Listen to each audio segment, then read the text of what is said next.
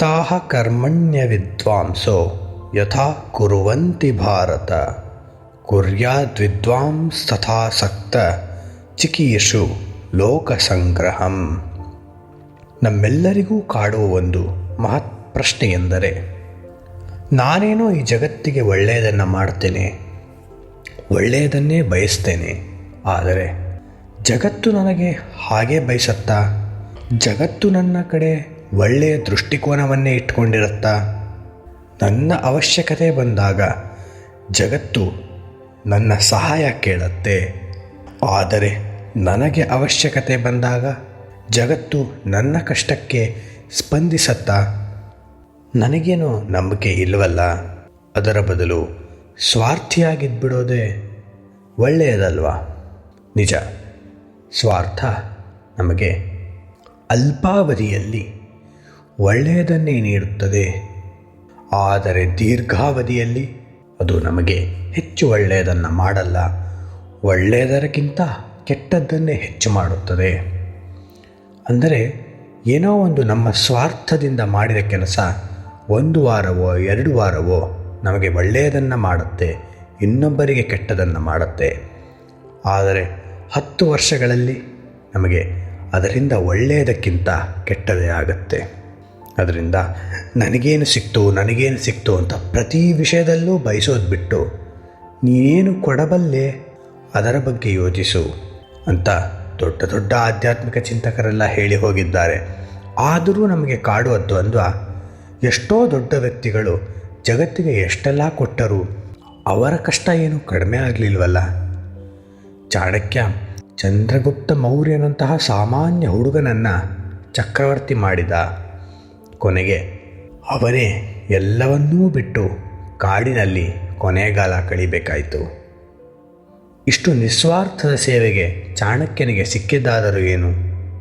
ಮಹಾನ್ ಯೋಗಿಗಳಾದ DVG ಅವರು ಕೊನೆಯ ಕಾಲದವರೆಗೂ ಆರ್ಥಿಕ ಸಂಕಷ್ಟದಿಂದ ಬಳಲುತ್ತಿದ್ರಲ್ವ, ಅದರಿಂದ ಅವರಿಗೆ ಸಿಕ್ಕಿದ್ದೇನು?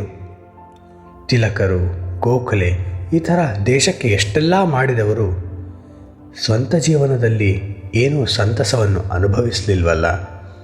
ಅದರಿಂದ ನಿಸ್ವಾರ್ಥದ ಜೀವನಕ್ಕೆ ಏನಾದರೂ ಬೆಲೆ ಇದೆಯಾ?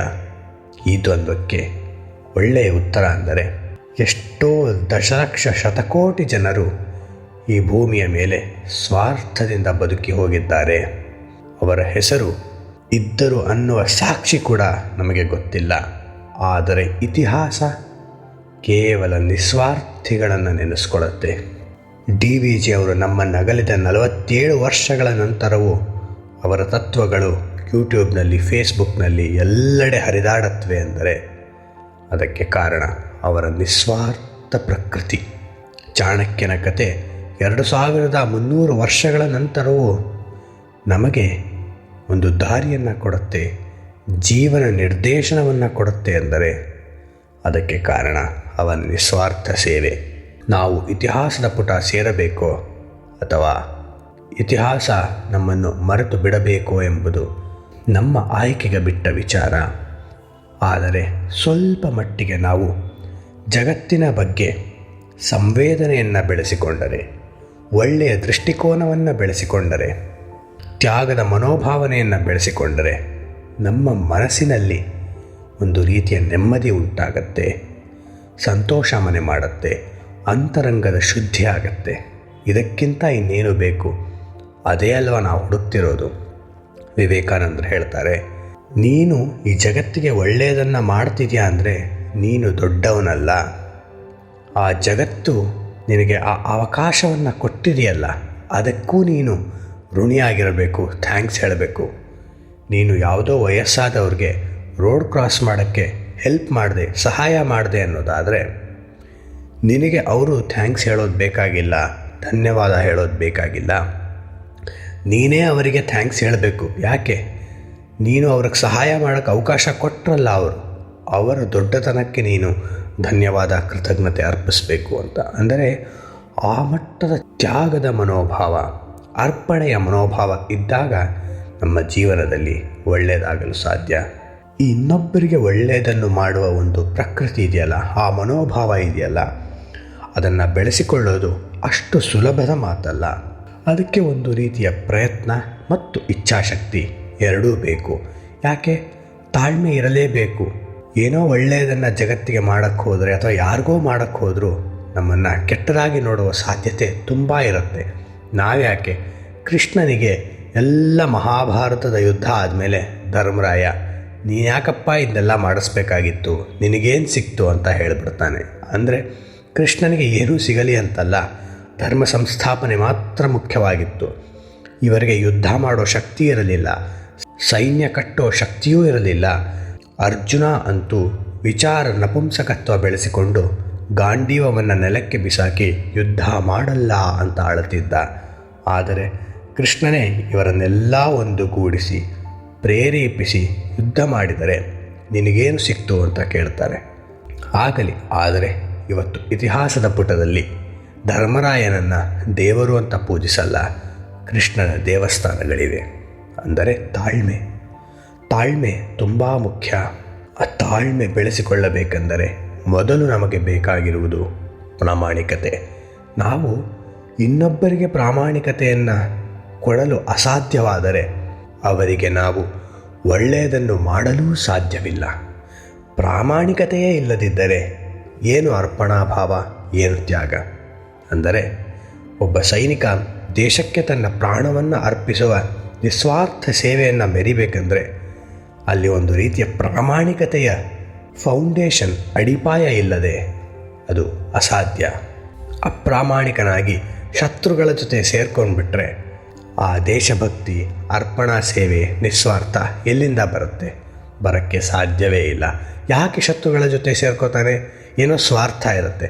ಸ್ವಾರ್ಥಿಯಿಂದ ನಿಸ್ವಾರ್ಥದ ಸೇವೆ ಬರೋಕ್ಕೆ ಸಾಧ್ಯನೇ ಇಲ್ಲ. ಜಾಲಿಯ ಮರದಲ್ಲಿ ಬಾಳೆಹಣ್ಣು ಬಿಡಲ್ಲ ಅಲ್ವಾ?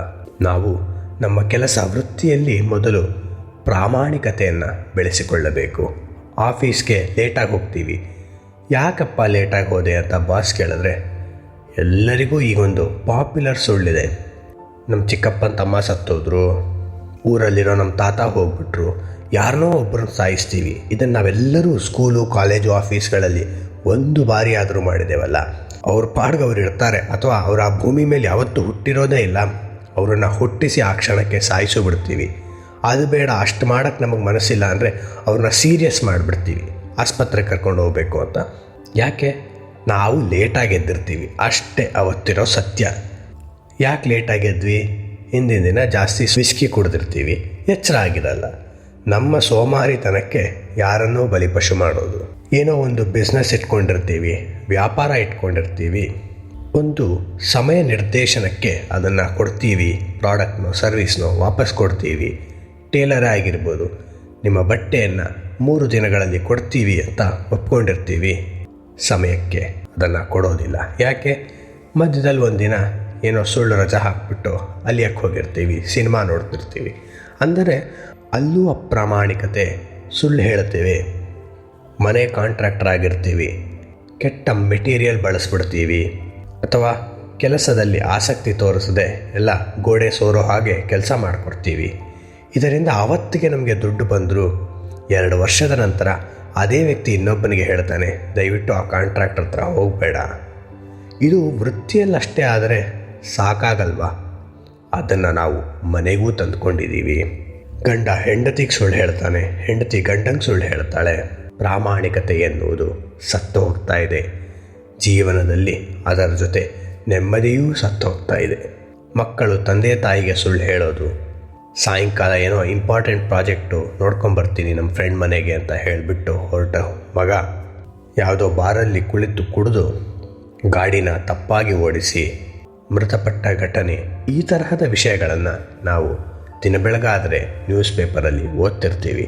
ಅಂದರೆ ಅಪ್ರಾಮಾಣಿಕತೆ ನಮ್ಮನ್ನು ಕೆಟ್ಟ ದಾರಿ ಹಿಡಿಯುವಂತೆ ಮಾಡುತ್ತೆ. ಅಪ್ರಾಮಾಣಿಕತೆಗೆ ಮೂಲ ವಸ್ತುವೇ ಸ್ವಾರ್ಥ. ಅದಕ್ಕೆ ನನ್ನ ಜೀವನದಲ್ಲಿ ಕೇಳಿದ ಒಂದು ಪ್ರಭಾವಿ ಕತೆ, ನಾವು ಪ್ರಾಮಾಣಿಕರಾದರೆ ಅನ್ಯರು ನಮ್ಮ ದಾರಿ ಹಿಡಿತಾರೆ ಅಂತ. ಒಬ್ಬ ತಂದೆ ಒಂದು ಗ್ಯಾರೇಜ್ ಇಟ್ಕೊಂಡಿದ್ದಂತೆ. ಅವನು ತುಂಬ ಪ್ರಾಮಾಣಿಕತೆಯ ಜೀವನ ನಡೆಸ್ತಿದ್ದಂತೆ. ಯಾರಿಗೂ ಸುಳ್ಳು ಹೇಳ್ತಿರ್ಲಿಲ್ವಂತೆ, ಯಾರಿಗೂ ಮೋಸ ಮಾಡ್ತಿರ್ಲಿಲ್ವಂತೆ. ಹೆಂಡತಿ ಸತ್ತು ಹೋಗಿದ್ದಳಂತೆ. ಹಾಗಾಗಿ ತನ್ನ ಮಗನನ್ನು ತುಂಬ ಪ್ರೀತಿಯಿಂದ ನೋಡಿಕೊಂಡು ಜೊತೆಗೆ ಪ್ರಾಮಾಣಿಕತೆಯ ಬೆಲೆಯನ್ನು ಹೇಳಿಕೊಟ್ಟಿದ್ದನಂತೆ. ಮಗನು ಪ್ರಾಮಾಣಿಕತೆಯ ಬೆಲೆಯನ್ನು ಅರಿತು ಬೆಳೆಯುತ್ತಿದ್ದಾನೆ ಎಂಬ ಅರಿವು ಅಥವಾ ನಂಬಿಕೆ ಆ ತಂದೆಗೆ ಇತ್ತಂತೆ. ಒಂದು ದಿನ ತಂದೆಗೆ ಯಾವುದೋ ಐಷಾರಾಮಿ ಕಾರು ಸರ್ವೀಸಿಂಗ್ಗೆ ಬಂತಂತೆ. ಅದನ್ನು ರಿಪೇರಿ ಮಾಡಿ ಎಂದಿನಂತೆ ಪ್ರಾಮಾಣಿಕತೆಯಿಂದ ತನ್ನ ಕೆಲಸವನ್ನು ಅದಕ್ಕೆ ಅರ್ಪಿಸಿ ಅವರಿಗೆ ಫೋನ್ ಮಾಡಿ ಹೇಳಿದಂತೆ, ಸರ್ ನಿಮ್ಮ ಕಾರ್ ರೆಡಿಯಾಗಿದೆ, ದಯವಿಟ್ಟು ತೆಗೆದುಕೊಂಡು ಹೋಗಿ ಅಂತ. ಅದಕ್ಕೆ ಅವ್ರು ಹೇಳಿದ್ರಂತೆ, ನಾವು ಒಂದು ತ್ವರಿತ ಕೆಲಸದ ಮೇಲೆ ಎಲ್ಲಿಗೋ ಹೋಗಬೇಕಾಗಿ ಬಂದಿದೆ, ನೀವು ಆದರೆ ಆ ಕಾರನ್ನು ನಮ್ಮ ಮನೆಗೆ ತಲುಪಿಸ್ಬಿಡ್ತೀರಾ, ಅದಕ್ಕೆ ಏನು ಖರ್ಚಾಗತ್ತೋ ಅದನ್ನು ನಾವು ಕೊಡ್ತೇವೆ ಅಂದ್ರಂತೆ. ಈತ ಕೆಲಸದಲ್ಲಿ ಬಿಸಿ ಇದ್ದಿದ್ದರಿಂದ ತನ್ನ ಮಗನಿಗೆ, ನೀನು ಒಂದು ಕೆಲಸ ಮಾಡು, ಕಾರ್ ತೆಗೆದುಕೊಂಡು ಹೋಗಿ ಓನರ್ಗೆ ಕೊಟ್ಟು ಬಾ ಅಂತ ಹೇಳಿದಂತೆ. ಸುಮಾರು 16 ವರ್ಷದ ಮಗ ಬೆಳೆಯುವಾಗ ಎಲ್ಲ ರೀತಿಯ ಅಟ್ರ್ಯಾಕ್ಷನ್ಸು, ಹಾರ್ಮೋನ್ಸು ಚೇಂಜಸ್ ಆಗ್ತಿರುತ್ತಲ್ವ. ಹಾಗಾಗಿ ಕಾರ್ನ ಓನರ್ಗೆ ಕೊಡೋದನ್ನು ಬಿಟ್ಟು ಇತ್ತೀಚೆಗೆ ರಿಲೀಸ್ ಆದ ಒಂದು ಚಲನಚಿತ್ರವನ್ನು ನೋಡಲು ಹೋದಂತೆ. ಹೋದಾಗ ಆ ತಂದೆಗೆ ಆ ಕಾರ್ ಓನರು ಫೋನ್ ಮಾಡಿದ್ರಂತೆ, ಯಾಕೆ ಇನ್ನು ಕಾರ್ ಬಂದಿಲ್ವಲ್ಲ, ಕಳಿಸಿದೀವಲ್ಲ, ತಲುಪಬೇಕಾಗಿತ್ತಲ್ಲ. ತಂದೆಗೆ ಅನುಮಾನ ಬಂತಂತೆ, ಮಗನಿಗೆ ಏನಾದರೂ ಆಯಿತಾ, ಯಾಕಂದರೆ ಮಗನನ್ನು ನಾನು ಪ್ರಾಮಾಣಿಕತೆಯಿಂದ ಬೆಳೆಸಿದ್ದೀನಿ, ಅದರಿಂದ ಕಾರ್ ಕೊಟ್ಟಿಲ್ಲ ಅಂದರೆ ಏನಾದರೂ ದುರ್ಘಟನೆ ಆಗಿದೆಯಾ ಅಂತ ಹೆದರಿಕೆ ಆಗಿ ಹೊರಟಾಗ ದಾರಿಲಿ ಸಿಕ್ಕ ತಂದೆಯ ಗೆಳೆಯರೊಬ್ಬರು ಹೇಳಿದ್ರಂತೆ, ಹೊಸ ಚಿತ್ರ ರಿಲೀಸ್ ಆಗಿದೆ, ನಿನ್ನ ಮಗನಿಗೆ ಇಷ್ಟವಾಗುವ ಚಿತ್ರನಟ ಅವನು, ಅದನ್ನು ನೋಡಕ್ಕೆ ಹೋಗಿರಬಹುದು ಅಂತ. ತಂದೆಗೆ ಖಡಾಖಂಡಿತವಾಗಿ ಗೊತ್ತಾಯ್ತಂತೆ ಇದೇ ಥಿಯೇಟ್ರಿಗೆ ಹೋಗಿರ್ತಾನೆ ಅಂತ. ಥಿಯೇಟರ್ಗೆ ಆ ತಂದೆ ಆಟೋ ಹಿಡ್ಕೊಂಡು ಹೋದನಂತೆ. ಇನ್ನೇನು ಆ ಥಿಯೇಟರ್ನಿಂದ ಸಿನಿಮಾ ಮುಗಿದು ಜನರು ಆಚೆ ಬರಬೇಕು ಅನ್ನುವಷ್ಟರಲ್ಲಿ ತಂದೆ ಮಗನನ್ನು ಕಾಯ್ತಾ ನಿರೀಕ್ಷೆ ಮಾಡ್ತಾ ನಿಂತಿದ್ದಂತೆ. ಮಗನಿಗೆ ತಂದೆಯನ್ನು ನೋಡಿ ದುಃಖ ಬಂತಂತೆ, ಅವಮಾನ ಆಯ್ತಂತೆ. ತಂದೆ ಏನೂ ಮಾತಾಡಲಿಲ್ವಂತೆ. ಮಗನನ್ನು ಕರೆದು ಕಾರ್ನ ತೆಗೆದುಕೊಂಡು ಹೋಗಿ ಓನರು ಕೊಟ್ಬಿಡಪ್ಪ ಅಂದ್ರಂತೆ. ಆಯ್ತಪ್ಪ ಬನ್ನಿ, ನಿಮ್ಮನ್ನು ಮನೆಗೆ ಡ್ರಾಪ್ ಮಾಡಿ ಹಾಗೆ ಕೊಡ್ತೀನಿ ಎಂದಂತೆ. ಆದರೆ ತಂದೆ, ಇಲ್ಲಪ್ಪ ನೀನು ಕೊಟ್ಟು ಆಮೇಲೆ ಮನೆಗೆ ಬಾ, ನಾನು ನಡೆದುಕೊಂಡೇ ಹೋಗ್ತೀನಿ, 8 ಕಿಲೋಮೀಟ್ರ್ ಇದೆಯಲ್ಲಪ್ಪ ಮನೆ, ಹೇಗೆ ನಡ್ಕೊಂಡು ಹೋಗ್ತೀಯ, ಏನು ತೊಂದರೆ ಇಲ್ಲಪ್ಪ, ಯಾಕಂದರೆ ನಾನು ಸ್ವಲ್ಪ ಯೋಚಿಸಬೇಕಾಗಿದೆ. ಏನು ಯೋಚಿಸ್ಬೇಕಾಗಿದೆಯಪ್ಪ, ನನ್ನ ಮಗನಿಗೆ ಪ್ರಾಮಾಣಿಕತೆ, ನಿಸ್ವಾರ್ಥತೆಯೇ ಮುಖ್ಯ ಅಂತ ಪಾಠ ಮಾಡಿ ಜೀವನದಲ್ಲಿ ಬೆಳೆಸಿದ್ದೀನಿ ಅಂತ ಅಂದ್ಕೊಂಡಿದ್ದೆ. ನನ್ನಿಂದ ಏನೋ ತಪ್ಪಾಗಿದೆ, ನಿನ್ನಲ್ಲಿ ಏನೂ ತಪ್ಪಿಲ್ಲ, ನಾನೇನೋ ತಪ್ಪು ಮಾಡಿದ್ದೀನಿ. ಆ ನನ್ನ ತಪ್ಪು ಏನು ಎನ್ನುವುದನ್ನು ಈ ಒಂದು 8 ಕಿಲೋಮೀಟ್ರ್ ನಡೆದು ಈ ದೇಹಕ್ಕೆ ಶಿಕ್ಷೆಯನ್ನು ಕೊಟ್ಟರೆ ಹೊಳಿಬಹುದು, ನನ್ನ ತಪ್ಪು ನನಗೆ ಅರಿವಾಗಬಹುದು, ಎಲ್ಲಿ ನಾನು ತಪ್ಪು ಮಾಡಿದೆ ನಿನ್ನನ್ನು ಬೆಳೆಸೋದ್ರಲ್ಲಿ, ಪ್ರಾಮಾಣಿಕತೆಯ ಪಾಠ ಹೇಳ್ಕೊಡೋದ್ರಲ್ಲಿ ಅಂತ ಹೇಳೋದಂತೆ. ಮಗನ ಕಣ್ಣಲ್ಲಿ ನೀರು ಬಂತಂತೆ. ಆ ಕಾರನ್ನು ತೆಗೆದುಕೊಂಡು ಹೋಗಿ ತಕ್ಷಣ ಓನರ್ಗೆ ಕೊಟ್ಟು ಕ್ಷಮೆ ಯಾಚಿಸಿದಂತೆ. ನಂತರ ಆ ಮಗ ಮನೆ ತಲುಪಿದಾಗ ಅಪ್ಪ ನಡೆದುಕೊಂಡು ಬಂದಂತೆ. ಮಗ ಅಪ್ಪನಿಗೆ ಪ್ರಮಾಣ ಮಾಡಿ ಹೇಳದಂತೆ, ಇನ್ನೊಂದು ದಿನವೂ ನಾನು ಸುಳ್ಳು ಹೇಳಲ್ಲ ಅಂತ. ಅದು ಅವನ ಜೀವನದುದ್ದಕ್ಕೂ ನಿಜ ಆಯಿತಂತೆ. ಯಾಕೆ ಈ ಕತೆ ಹೇಳಬೇಕಾಗಿ ಬಂತು ಅಂದರೆ, ನಾವು ಇನ್ನೊಬ್ಬರು ಪ್ರಾಮಾಣಿಕರಾಗಲಿ ಅಂತ ಬಯಸೋದ್ರ ಮೊದಲು ನಾವು ಪ್ರಾಮಾಣಿಕತೆಯಿಂದ ನಡೆದುಕೊಂಡರೆ ಇನ್ನೊಬ್ಬರಿಗೂ ಪ್ರಾಮಾಣಿಕತೆಯನ್ನು ಮೆರೆಯೋಕ್ಕೆ ಒಂದು ಅವಕಾಶ ಸೃಷ್ಟಿಯಾಗತ್ತೆ, ಒಂದು ಪ್ರೋತ್ಸಾಹ ಸಿಗತ್ತೆ. ನಾವು ಅವ್ರು ಸರಿಯಾಗಲಿ, ಆಮೇಲೆ ನಾವು ಸರಿಯಾಗ್ತೀವಿ, ಖಂಡಿತ ಬೇಡ. DBG ಅವರು ಹೇಳೋ ಹಾಗೆ ಪರಮಶಾಸ್ತ್ರಕ್ಕಿಂತ ಸರಿ ಉದಾಹರಣೆ, ದೊಡ್ಡ ದೊಡ್ಡ ತತ್ವಗಳನ್ನ ಹೇಳೋದಕ್ಕಿಂತ ಸರಿ ಉದಾಹರಣೆಯಿಂದ ನಡೆದುಕೋಬೇಕು. ಅದನ್ನೇ ಅಲ್ಲ ಕೃಷ್ಣ, ನಿಸ್ವಾರ್ಥದಿಂದ ಬದುಕು, ನಿನ್ನನ್ನು ನೀನು ದೊಡ್ಡ ತತ್ವಕ್ಕೆ ಅರ್ಪಿಸ್ಕೊ ಅಂತ ಹೇಳ್ತಾ ಇದ್ದರೆ ಅದನ್ನು ಕೃಷ್ಣ ಮಾಡದೇ ಇಲ್ಲ.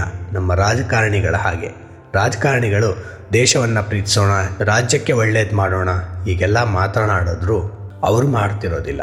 ಅದಕ್ಕೆ ನಾವು ಅವರನ್ನು ಗೌರವಿಸ್ತಿರಲ್ಲ. ಆದರೆ ಕೃಷ್ಣ ಹಾಗಲ್ಲ. ತಾನು ಏನು ಹೇಳ್ತಿದ್ದಾನೋ ಅದನ್ನು ವಾಕ್ ದ ಟಾಕ್, ಮೊದಲು ನಡೆದುಕೊಂಡು ಜೀವನದಲ್ಲಿ ಅಳವಡಿಸಿಕೊಂಡು ನಂತರ ಬೇರೆಯವರಿಗೆ ಹೇಳ್ತಿರ್ತಾನೆ. ಸಕ್ತಾಹ ಕರ್ಮಣ್ಯ ವಿದ್ವಾಂಸೋ ಯಥಾ ಕುರುವಂತಿ ಭಾರತ. ಸಕ್ತಾಹ, ಸಕ್ತ ಎಂದರೇನು? ಆಸಕ್ತಿ ಅಂದರೇನು? ಇಂಟ್ರೆಸ್ಟ್. ಸಕ್ತ ಯಾವಾಗ ಇಂಟ್ರೆಸ್ಟ್ ಬರುತ್ತೆ? ಅಟ್ಯಾಚ್ಮೆಂಟ್. ಸಕ್ತ ಎಂದರೆ ಅನುಬಂಧ, ಅಟ್ಯಾಚ್ಮೆಂಟ್ ಅನ್ನುವ ಅರ್ಥ ಇಲ್ಲಿ ಬರುತ್ತೆ. ಕರ್ಮಣ್ಯ ಅವಿದ್ವಾಂಸೋ ಅಂತ ಇಲ್ಲಿ ಪದವನ್ನು ಬಿಡಿಸ್ಕೋಬೇಕು. ಅಂದರೆ ಪ್ರತಿಫಲದ ಅಂಟಿದೆಯಲ್ಲ, ಅಟ್ಯಾಚ್ಮೆಂಟ್ ಇದೆಯಲ್ಲ, ಬಾಂಧವ್ಯ ಇದೆಯಲ್ಲ, ಅದರಿಂದ ಅವಿದ್ವಾಂಸರು. ವಿದ್ವಾಂಸರು ಅಂದರೆ ತಿಳಿದುಕೊಂಡವರು, ಅವಿದ್ವಾಂಸರು ಅಂದರೆ ದಡ್ಡರು. ನಮ್ಮಂತಹ ದಡ್ಡರು ಪ್ರತಿಫಲಕ್ಕೆ ಅಂಟ್ಕೊಂಡು ಕೆಲಸ ಮಾಡ್ತಾರೆ. ಯಥಾ ಕುರುವಂತಿ ಭಾರತ. ಕಡಿಮೆ ಬುದ್ಧಿಯವರು, ಅನ್ವೈಸ್ ಮೆನ್, ದಡ್ಡರು ಪ್ರತಿಫಲಕ್ಕೆ ಅಂಟ್ಕೊಂಡು ಕೆಲಸ ಮಾಡ್ತಾರೆ. ಕುರ್ಯಾತ್ ವಿದ್ವಾಂಸ್ ತಥಾಸಕ್ತ. ಕುರ್ಯಾತ್ ಕೆಲಸ ಮಾಡುತ್ತಾರೆ ವಿದ್ವಾಂಸರು. ಹೇಗೆ? ತಥಾ ಆಸಕ್ತ. ಸಕ್ತಾಹ ಎಂದರೆ ಹಿಂದೆ ಏನು ಹೇಳಿದ್ವಿ, ಅಟ್ಯಾಚ್ಮೆಂಟ್. ಆಸಕ್ತಾಹ ಅಂದರೆ ನಾನ್ ಅಟ್ಯಾಚ್ಮೆಂಟ್, ಯಾವುದೇ ನಂಟು ಇಲ್ಲದೆ, ಪ್ರತಿಫಲದ ಬಗ್ಗೆ ಯಾವುದೇ ನಂಟು ಇಲ್ಲದೆ ವಿದ್ವಾಂಸರು ಕೆಲಸ ಮಾಡುತ್ತಾರೆ. ಅಂದರೆ ಇಷ್ಟೇ ಈ 2 ಸಾಲುಗಳ ಸುಲಭದ ಅರ್ಥ. ಅವಿದ್ವಾಂಸರು, ದಡ್ಡರು, ದುಃಖವಾಗೇ ಇರುವಂತಹ ವ್ಯಕ್ತಿಗಳು ಯಾವತ್ತು ಪ್ರತಿಫಲಕ್ಕೆ ಅಂಟ್ಕೊಂಡಿರ್ತಾರೆ. ಯೋಗಿಗಳು, ಸಾಧಕರು, ಸಮಾಜ ಸೇವಕರು, ದೊಡ್ಡ ವ್ಯಕ್ತಿಗಳು ಪ್ರತಿಫಲಕ್ಕೆ ಅಂಟುಕೊಳ್ಳದೆ ಲೋಕ ಸಂಗ್ರಹ, ಫಾರ್ ರಿಸ್ಟೋರೇಷನ್ ಆಫ್ ವರ್ಲ್ಡ್, ಲೋಕ ಕಲ್ಯಾಣ ಅಂತ ಕೃಷ್ಣನೇ ಹೇಳುವ ಹಾಗೆ ಜಗತ್ತಿಗೆ ಒಳ್ಳೆಯದಾಗುವುದರ ಬಗ್ಗೆ ಯೋಚನೆ ಮಾಡಿ ಕೆಲಸ ಮಾಡ್ತಾರೆ. ಅದು ಕೇವಲ ಆಧ್ಯಾತ್ಮಿಕ ನೆಲೆಯಲ್ಲಿ ಸತ್ಯ ಅಲ್ಲ, ವಸ್ತು ನೆಲೆಯಲ್ಲಿ, ಲೌಕಿಕ ನೆಲೆಯಲ್ಲಿ ಸಂಪತ್ತನ್ನು ನಾವು ಸೃಷ್ಟಿಸಬೇಕಂದ್ರೆ, ಸಾಹುಕಾರರಾಗಬೇಕಂದ್ರೂ ಅದು ನಿಜವೇ ಹೌದು. ಇಂದು ಜಗತ್ತಿನಲ್ಲಿ 10 ಶ್ರೀಮಂತ ವ್ಯಕ್ತಿಗಳು ಅಂತ ತೆಗೆದುಕೊಂಡರೆ ಅವರು ದುಡ್ಡೇ ಮುಖ್ಯ ಅಂತ ಕೆಲಸ ಮಾಡಿದವರಲ್ಲ. They were able to solve some problem of society. ಜಗತ್ತಿಗೆ ಇರುವ ಯಾವುದೋ ಒಂದು ಸಮಸ್ಯೆಯನ್ನು ಬಗೆಹರಿಸುತ್ತಾರೆ. ಬಿಲ್ಗೇಟ್ಸು ವಿಂಡೋಸ್ ಲ್ಯಾಪ್ಟಾಪ್ ಮಾಡಿದ್ದಕ್ಕೇ ಅಲ್ವಾ ನಾವು ಇವತ್ತು ವಿಡಿಯೋ ಮಾಡ್ತಿರೋದು, ನೀವು ಕೇಳ್ತಿರೋದು. ಗೂಗಲ್ನ ಸಂಸ್ಥಾಪಕ, 2ನೇದೋ 3ನೇದೋ ಶ್ರೀಮಂತರು ಇವತ್ತು ಜಗತ್ತಿನಲ್ಲಿ. ಅವರು ಸೃಷ್ಟಿಸಿದ ಆಂಡ್ರಾಯ್ಡ್ ಫೋನಲ್ಲೇ ಅಲ್ವಾ ನಾವು ಇವತ್ತು ಯೂಟ್ಯೂಬ್ ನೋಡ್ತಾ ಇರೋದು. ಯೂಟ್ಯೂಬ್ ಸಹ ಗೂಗಲ್ದೇ ಅಲ್ವಾ. ಅಂದರೆ ದುಡ್ಡು ಮಾಡಬೇಕು ಎನ್ನುವ ಸ್ವಾರ್ಥದಿಂದ ಮಾಡಿದವರು ಯಾರು ಹೆಚ್ಚು ದಿನ ಯಾವುದೇ ವೃತ್ತಿಯಲ್ಲಿ ಉಳಿಯಲ್ಲ. ಅದೇ ತಮ್ಮನ್ನು ತಾವು ಅರ್ಪಿಸಿಕೊಂಡು ಯಾವುದೋ ಸಮಾಜ ಸೇವೆಗೆ, ಸಮಾಜ ಸೇವೆ ಎಂದು ಬಿಟ್ಟರೆ ಎಲ್ಲರೂ ಮದರ್ ತೆರೇಸಾ ಆಗೋಕ್ಕೆ ಸಾಧ್ಯ ಇಲ್ಲ, ಗಾಂಧಿ, ನೆಲ್ಸನ್ ಮಂಡೇಲಾ ಆಗೋಕ್ಕೆ ಸಾಧ್ಯ ಇಲ್ಲ. ಎಲ್ಲರೂ ಅವರವರ ರೀತಿಯಲ್ಲೇ ಸಮಾಜಕ್ಕೆ ಅರ್ಪಿಸ್ಕೊಂಡಿರ್ತಾರೆ. ಒಬ್ಬ ಆಟಗಾರ ಸಮಾಜಕ್ಕೆ ಇನ್ನೊಂದು ರೀತಿಯ ಪ್ರೇರಣೆ ಕೊಡ್ತಾನೆ, ಒಬ್ಬ ಸಿನಿಮಾ ನಟ ಮತ್ತೊಂದು ರೀತಿಯ ಪ್ರೇರಣೆಯನ್ನು ಕೊಡ್ತಾನೆ. ಹಾಗೆ ಒಬ್ಬ ಬಿಸ್ನೆಸ್ಮನ್ ಅವನ ರೀತಿಯಲ್ಲೇ ಸಮಾಜಕ್ಕೆ ಸೇವೆಯನ್ನು ಅರ್ಪಿಸ್ತಾನೆ. ಎಲ್ಲರೂ ಅವರವರ ರೀತಿ ಸಮಾಜಕ್ಕೆ ಒಳ್ಳೆಯದನ್ನು ಮಾಡಬಹುದು. ಜೋತೋಮತ್ ತೋತೋಪತ್ ಅಂತ ರಾಮಕೃಷ್ಣರು ಹೇಳ್ತಾರೆ. ಎಷ್ಟು ಜನರೋ ಅಷ್ಟು ಪಥಗಳು. ನಾವು ಒಂದೇ ಮುಖ್ಯವಾದಂತಹ ಕ್ವಾಲಿಟಿ, ಗುಣ ಇರಬೇಕಾದದ್ದು ನಿಸ್ವಾರ್ಥ ಸೇವೆ. ಮೊದಲು ಕಷ್ಟ ಆಗುತ್ತೆ, ಕಷ್ಟಪಡದಿದ್ದರೆ ಒಳ್ಳೆಯ ದಿನಗಳು ಬರೋಕ್ಕೆ ಸಾಧ್ಯವೇ ಇಲ್ಲ. ಅದರಿಂದ ನಮ್ಮ ಜೀವನದಲ್ಲಿ ಸ್ವಲ್ಪ ಮಟ್ಟಿಗೆ ನಾವು ಪ್ರಾಮಾಣಿಕತೆಯನ್ನು ಹೆಚ್ಚಿಸ್ಕೊಳ್ಳೋಣ. ಇದ್ದೇ ಇರುತ್ತೆ ನಮ್ಮಲ್ಲಿ. ಅದು ನಾವು ಬೇಡ ಅಪ್ರಾಮಾಣಿಕರಾಗೋಣ. ರೋಡ್ ಬ್ಲಾಕ್ ಆಗಿರುತ್ತೆ, ಫುಟ್ಪಾತ್ ಮೇಲೆ ಹತ್ಕೊಂಡು ಹೋಗ್ತಿರ್ತೇವೆ. ಜಗತ್ತಿಗೆಲ್ಲ ಇರುತ್ತೆ ರೋಡ್ ಬ್ಲಾಕು, ನಂದೊಬ್ಬನಿಗೆ ಅಲ್ವಲ್ಲ ಟೈಮ್ ಆಗಿರೋದು. ಈ ಸತ್ಯ ಅರ್ಥಕೋಬೇಕು. ಇವತ್ತು ಸೋಮವಾರ ಅಥವಾ ಗುರುವಾರ 2 ದಿನಾನು ಸ್ವಲ್ಪ ಟ್ರಾಫಿಕ್ ಬ್ಲಾಕ್ ಆಗುತ್ತೆ ಅಂತ ಗೊತ್ತಿದ್ರೆ 10 ನಿಮಿಷ ನಾವು ಮೊದಲೇ ಮನೆ ಬಿಟ್ಟರೆ, ಈ ಥರ ಫುಟ್ಪಾತ್ ಮೇಲೆ ಹೋಗಿ ಅಲ್ಲಿ ಹೋಗ್ತಿರೋ ವೃದ್ಧರಿಗೆ ಹಾರ್ನ್ ಮಾಡಿ, ಆ ವೃದ್ಧರ ಹತ್ರ ಬೈಸ್ಕೊಂಡು, ಅವ್ರಿಗೆ ನಾವು ಕಾಲೇಜಿನಲ್ಲಿ ಉಪಯೋಗಿಸ್ತಿದ್ದು ಕೆಟ್ಟ ಮಾತು ಬೈದು ನಮ್ಮ ಮನಸ್ಸು ಕೆಡಿಸ್ಕೊಂಡು ಬೇಕಾಯಿದೆಲ್ಲ. ಇದಕ್ಕಿಂತ ನಾವು ಬದಲಾವಣೆ ಆದರೆ ಜಗತ್ತು ಅದು ಹಾಗೆ ಅದೇ ಸರಿಯಾಗತ್ತೆ. ಅದಕ್ಕೆ ಪ್ರಾಮಾಣಿಕತೆಯನ್ನು ಬೆಳೆಸ್ಕೊಳ್ಳೋಣ. ಪ್ರಾಮಾಣಿಕತೆ ಇಲ್ಲದೆ ಪರೋಪಕಾರ ಇಲ್ಲ, ಪರೋಪಕಾರ ಇಲ್ಲದೆ ಪ್ರತಿಫಲದ ಮೋಹ ಹೋಗಲ್ಲ. ಪ್ರತಿಫಲದ ಮೋಹ ಹೋಗದೆ ನಾವು ಯಶಸ್ಸು ಗಳಿಸಲ್ಲ, ಸಂಪತ್ತು ಗಳಿಸಲ್ಲ, ಹೆಸರು ಗಳಿಸಲ್ಲ. ಇಷ್ಟೂ ಗಳಿಸ್ದಿದ್ರೂ ಪರವಾಗಿಲ್ಲ, ಜೊತೆಗೆ ದುಃಖನೂ ಕಡಿಮೆ ಆಗಲ್ಲ, ನೆಮ್ಮದಿನೂ ನಮಗೆ ಸಿಗಲ್ಲ. ನೆಮ್ಮದಿ ಸಿಗಬೇಕೆಂದರೆ ಪ್ರಾಮಾಣಿಕತೆಯನ್ನು ಬೆಳೆಸ್ಕೊಳ್ಳೋಣ.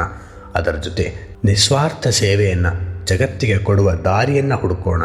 ಪ್ರತಿಫಲದ ಬಗ್ಗೆ ಹೆಚ್ಚು ಚಿಂತಿಸದೆ ನಮ್ಮ ಕೆಲಸದಲ್ಲಿ ತೊಡಗೋಣ ಅಂತ ಹೇಳ್ತಾ ಇವತ್ತಿನ ವಿಡಿಯೋ ಮುಗಿಸೋಣ. ಧನ್ಯವಾದ.